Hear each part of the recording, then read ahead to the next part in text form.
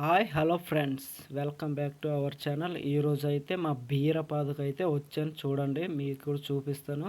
ఒక కాయనైతే చూపిస్తాను, చూడండి ఫ్రెండ్స్.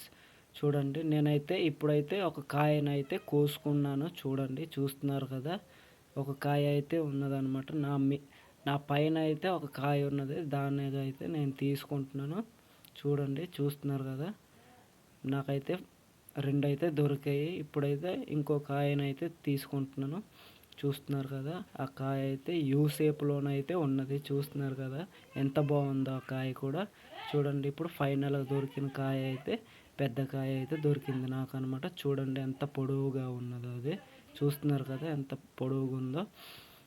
ఈ బీరపాదు అయితే చాలా బాగుంది ఫ్రెండ్స్. పూత అయితే బాగా వచ్చింది.